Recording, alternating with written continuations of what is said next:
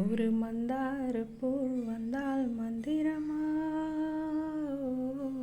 மக்களே, இதுதான் அந்த மந்தாரப்பூ. இந்த மந்தாரையோட இலை, பூ, மொட்டு, பட்டை எல்லாமே சித்த மருத்துவத்தில் அதிகமாக பயன்படுத்தியிருக்காங்களாம். மருத்துவத்துக்கு வயிறு சம்பந்தமான எல்லா பிரச்சனை, கை கால் வலி, மலச்சிக்கல், இரத்த பேதி, பெண்களுக்கு ஏற்படுற வெள்ளைப்படுதல், அப்புறம் ஓவர் ப்ளீடிங் ஆகிறது, இதுக்கெல்லாம் இதை மருந்தாக பயன்படுத்தலாமா. ஆனால் முறைப்படி பயன்படுத்தணும். இந்த மந்தார இலையை சுடு தண்ணியில் போட்டு நல்லா கொதிக்க வச்சு குடிக்கலாம் டெய்லி. துவையலும் இந்த மந்தார இலையில செய்யலாம். எப்படின்னா, நல்லா இந்த இலையை வாஷ் பண்ணிட்டு சும்மாவே வானலியில் வச்சு வதக்கிட்டு வெங்காயம், பச்சை மிளகாய், புளி இதையும் சேர்த்து வதக்கிட்டு இந்துப்பு சேர்த்து நல்லா அரைச்சிட்டு துவையலாக நம்ம சாப்பிடலாம். தோல் சம்பந்தமான பிரச்சனை, கண்ணோய் இருக்கிறவங்களுக்குலாம் இது நல்ல மருந்தாக இருக்கும் அப்படின்னு சொல்கிறாங்க. வெள்ளை, நீலம், மஞ்சள், சிவப்பு இப்படின்னு இதில் கலர்ஸும் இருக்குதாங்க. நீங்கள் பார்த்துருக்கீங்களா? இந்த வீடியோ உங்களுக்கு பிடிச்சிருந்தா லைக் பண்ணுங்கள், ஷேர் பண்ணுங்கள், கமெண்ட் பண்ணுங்கள், சப்ஸ்கிரைப் பண்ணுங்கள். தேங்க்ஸ் ஃபார் வாட்சிங்.